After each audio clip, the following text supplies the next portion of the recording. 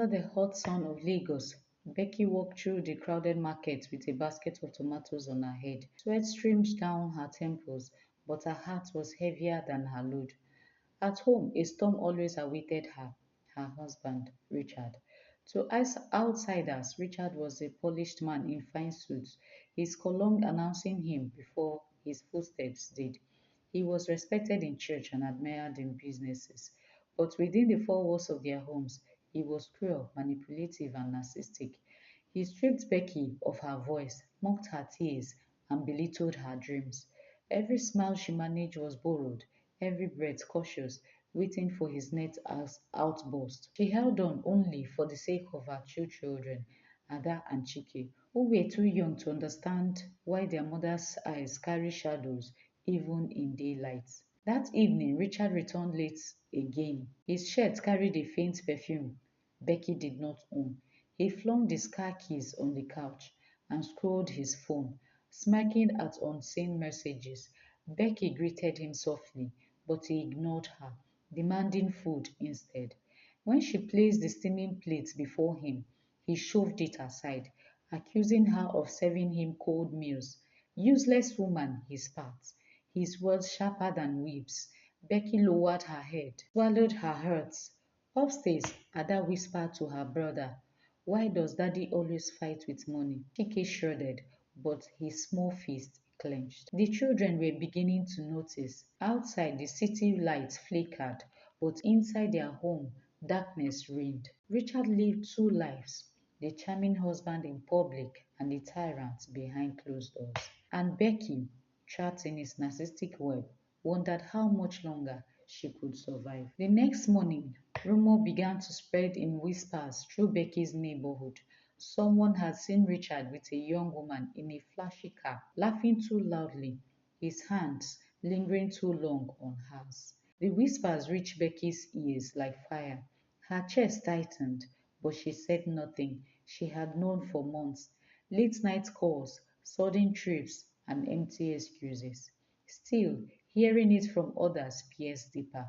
She stared at herself in the cracked mirror, the reflection of a woman who had lost herself beneath her ribs. A new strength stirred, faint but insistent. A voice whispered, "You cannot keep living like this." Becky's suspicions grew heavier with each passing day. Richard's lies were becoming careless, his nights longer, his excuses thinner. Once she called him late at night when he claimed he was working, but the sound of music and a woman's laughter echoed faintly in the background. He hung up immediately. The following morning, he pretended nothing had happened. Becky wanted to confront him, but fear tightened her throat. She had seen how Richard reacts to confrontation, explosive anger, manipulation, and the cruel art of turning blame back on her. Yet, beneath her silence, a seed of defiance had started to grow. She knew one truth: secrets never stayed buried in a city that never sleeps. One Sunday morning, the whispers became undeniable. A neighbor, Mrs. Okeke, approached Becky in hushed tones after service. "My dear, forgive me, but I saw Richard yesterday at a cool hotel with a young girl. He wasn't hiding." Becky's heart pounded. She managed to force a smile and thanked the woman, but her insides felt like shattered glass. That evening, she asked Richard directly, "Who is she?" His eyes hardened. He smirked, leaning back in his chair. "So you have joined the gossipers now. Instead of minding your useless life, you follow rumors. Becky, you are pathetic." He walked away, leaving her trembling.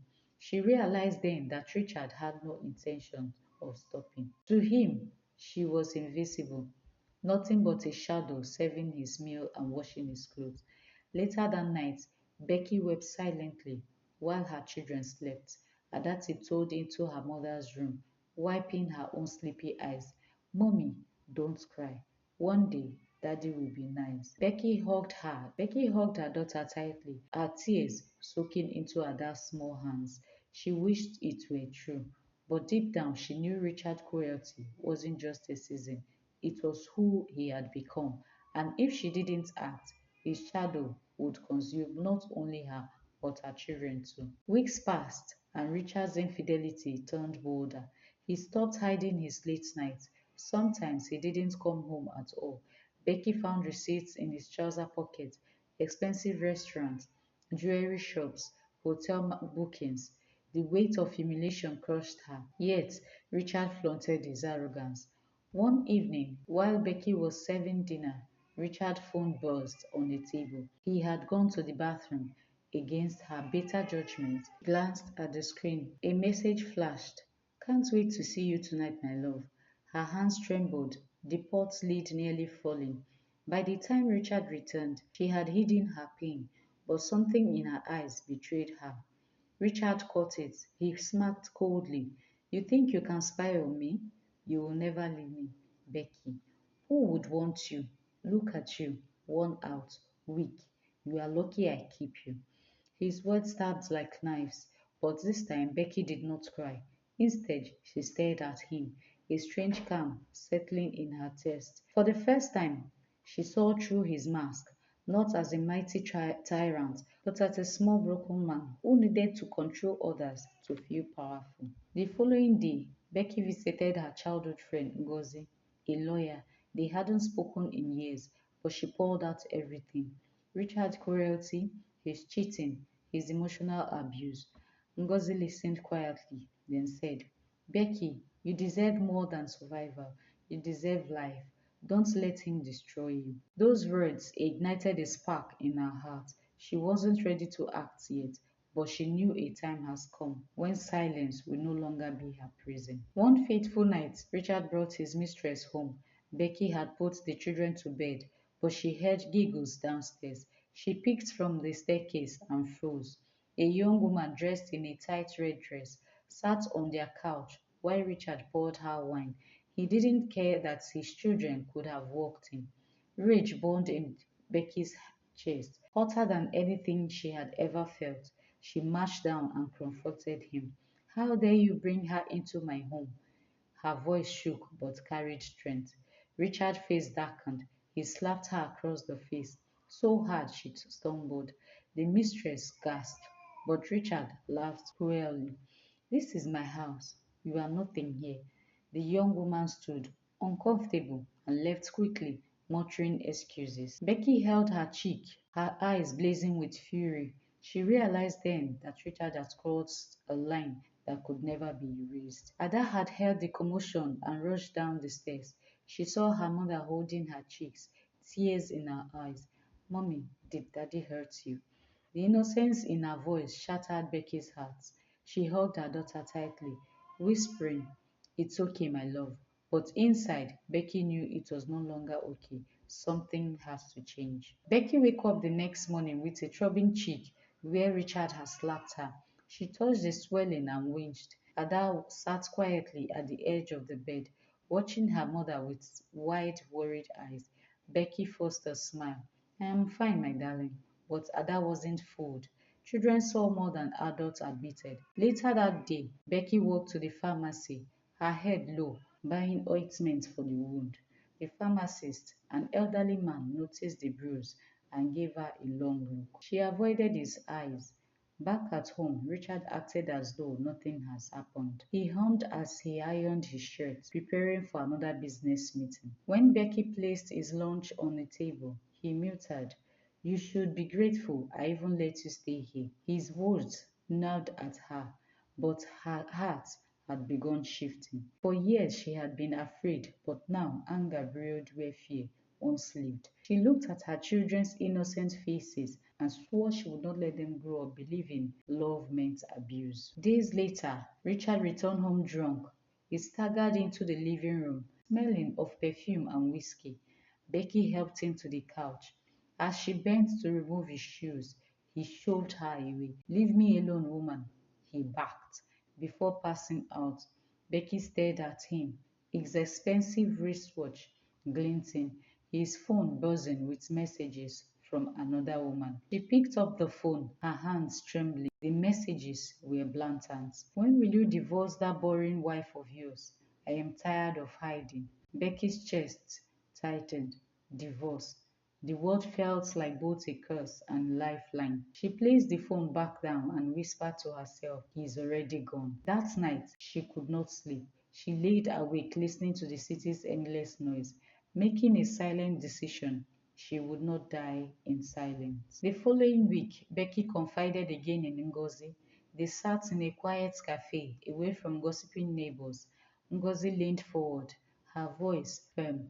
Becky, you have two choices. Stay and keep losing yourself, or fight for your freedom. You can take legal steps, you can protect your children, but you must be ready for war because men like Richard don't let go easily. Becky's stomach churned. War? She wasn't sure she had the strength, but she knew she couldn't remain a prisoner. Ngozi advised her to start saving secretly. Every little coin matters. Hide it where he won't find it. When the time comes, you will need it. At home, Becky began hiding small amounts of money in a tin beneath the kitchen sink. Each time she dropped in a note, her resolve hardened. But Richard, suspicious by nature, noticed her new quiet strength. One evening, he asked coldly, what are you plotting? Becky shook her head quickly. Nothing. But his eyes narrowed, calculating. He thrived on control and sensed it slipping. The tension grew heavier. Nights became darker. Richard's cruelty escalated. He insulted her in front of the children, shouted at her over trivial things, and reminded her constantly of her worthlessness. Yet, inside Becky, a fire burned brighter. The city outside roared with life, but inside her chest, something greater roared. Hope. One evening, Becky discovered lipstick stains on Richard's white shirt. She confronted him, her voice trembling but steady. Why are you doing this to me? To us, Richard laughed a cruel, hollow laugh. To us? There is no us, Becky. You are lucky I keep you under my roof. Women like you are replaceable. His words hit her like stones. That night, as she lay awake, she thought of her children's future. Would Ada grow up thinking it was normal for a man to humiliate her? Would Chike learn to treat women the way his father treated his mother? Becky shrugged. No, she had to break the circle. The next morning, Becky took her children to school. As she kissed Ada goodbye, the girl whispered, Mommy, when I grow up, I'll buy you a big house and you will be happy. Tears pricked down Becky's eyes. Even her little girl saw her sadness. On her way home, she stopped at the church she hadn't entered in years. The old pew smelled of wood and wax. She knelt, clasped her hands, and whispered a desperate prayer. God, show me the way. Give me strength. For the first time in years, she felt a flicker of peace, but she also knew faith without action was not enough. Richard narcissism deepened into recklessness. He stopped pretending entirely. One Friday night, he came home with his mistress again. Becky had just put the children to bed when she saw them walk in hand, her chest tightened. Richard grinned mockingly. This is my house. She will come here if I want. The young woman smirked, clearly enjoying Becky's humiliation. Something snapped inside Becky. She didn't shout, didn't cry. She simply turned and walked to her room, locking the door. Richard banged on it, shouting insults, but she ignored him. Inside, she sat at the edge of the bed, trembling. Inside, she sat at the edge of the bed, trembling, realizing she had reached her limit. The next morning, neighbors buzzed with gossip. Some pitied Becky, others mocked her. Why doesn't she just leave? They asked. But those who had lived her life knew it wasn't so simple. Living meant danger. Richard had money, influence, and a cruel streak. Yet Becky knew staying was worse. She looked at herself in the mirror, at the bruise on her cheek that hadn't fully healed, and whispered, Enough. Becky began gathering evidence. Quietly, she photographed Richard's messages, his receipts, his mistress entering their home. She stored them secretly on a flash drive hidden in her old Bible. Ngozi guided her. If he tries to destroy you, you will need proof. Meanwhile, Richard's arrogance grew. He boasted to friends at a bar about how his wife was too weak to ever leave him. She is mine for life. He laughed, pouring whiskey. But unknown to him, Becky was building her strength. Each insult, each betrayal, each slap became a brick in the foundation of her escape. One night, Richard grew violent after Becky refused to give him money he demanded. He grabbed her wrist, twisting it until she cried out. You will obey me, he hissed. Ada and Chike ran into the room, screaming, Leave mommy alone. Richard pushed them aside. That moment broke Becky. Seeing her children terrified, she knew it had to end. She couldn't wait any longer. With Ngozi's help, Becky filed for separations quietly. Papers were prepared, though she hadn't yet served him. She wanted to secure safety first. Ngozi introduced her to a woman's shelter hidden in a quiet corner of the city. The women there welcomed Becky, whispering their own stories of pain and survival. For the first time, Becky felt less alone. He spent nights there, sometimes pretending to Richard she was visiting relatives. She began to see life beyond him. The air there felt freer, the nights quieter, her dreams lighter. But Richard sensed the change. One evening, he confronted her. You think you can leave me? Never. You and those children are mine. If you try, I will ruin you. His eyes burned with malice. Becky trembled but did not back down. You already ruined me, Richard. There is nothing left to feel. He slapped her again, but this time she didn't cry. She stood tall, her cheek burning, her eyes fierce. Richard saw something he had never seen in her before: defiance. The day finally came with Ngozi's guidance. Becky took her children and left while Richard was away on one of his reckless nights. She carried only essentials, her saving tin, and a flash drive of evidence. They moved into the shelter. The children clung to her, confused but relieved. Ada asked, Mommy, are we safe now? Becky knelt, hugging both children tightly. Yes, my loves, we are safe now. For the first time in years, she believed her own words. When Richard discovered the emptied house, he exploded in rage. He stormed into the shelter days later, demanding his wife and children, but the shelter's guards stopped him. He shouted insults, threatened lawsuits, but Ngozi arrived with police officers and the separation papers. Richard's arrogance faltered. He hadn't expected resistance. His control was slipping, and his mask of confidence cracked. The court battle began. Richard hired expensive lawyers, trying to paint Becky as unstable, but Ngozi fought fiercely, presenting evidence of abuse, infidelity, and neglect. Becky testified with trembling hands but unwavering voice. Her children's drawing, sketches of their mother crying, were shown in court. The judge's face hardened. Richard's polished image began to crumble. His mistresses refused to testify for him, afraid of scandal. Slowly, the truth emerged. Outside the courthouse, Becky felt the city's air differently. The noise of traffic, the smell of roasted corn, the laughter of children, it all seemed brighter. She was no longer a ghost in her own life. She was flesh, blood, and courage. The final judgments came. Custody of the children were granted to Becky. Richard was ordered to provide financial support but denied visitation rights until he sought counseling for anger management. Richard stormed out of the courtroom, his pride shattered. Becky sat still, tears streaming silently. She had won, not just the case, but her freedom. That evening, in their small shelter room, Ada and Chike hugged their mother tightly. Mommy, are we really free? Ada asked. Becky kissed their foreheads. Yes, my darlings, we are free. She looked at the windows, at the city skyline, glowing against the night.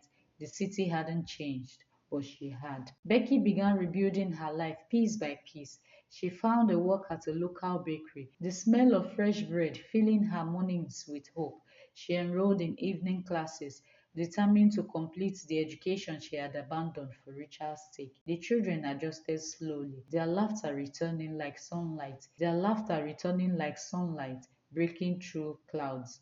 At night, Becky sometimes wept, not from pain, but from gratitude that she had survived. Richard, meanwhile, spiraled downward. His businesses began to fail. His reputation tarnished. Friends distanced themselves. Mistresses abandoned him. Alone in his luxury apartment, he drank heavily, staring at the emptiness he had created. For the first time, he realized the world no longer revolved around him. Months later, Becky stood in the same market where her journey of pain had once begun. But this time, she wasn't carrying a heavy basket with a heavy heart. She held her children's hand, her head high. Vendors greeted her warmly. Neighbors admired her courage. She was no longer the broken wife of Richard, but Becky, the woman who had fought for her freedom and won. As they walked home, Ada looked up at her and said, "Mommy, you are my hero." Becky smiled through tears. "No, my love, we are each other's heroes." The city rolled on, full of noise, secrets, and stories. But in Becky's heart, there was quiet strength. She had faced the wicked narcissistic husband, endured the cruelty, and emerged victorious. And though scars remained, she had learned that sometimes survival itself is the most powerful rebellion. Thank you for watching this story. Kindly share your thoughts about this story with me in the comment section. What lessons did you learn from this story? Also, share this story with your loved ones. Give this story a thumbs up and subscribe to this channel if you are yet to do so. Bye for now.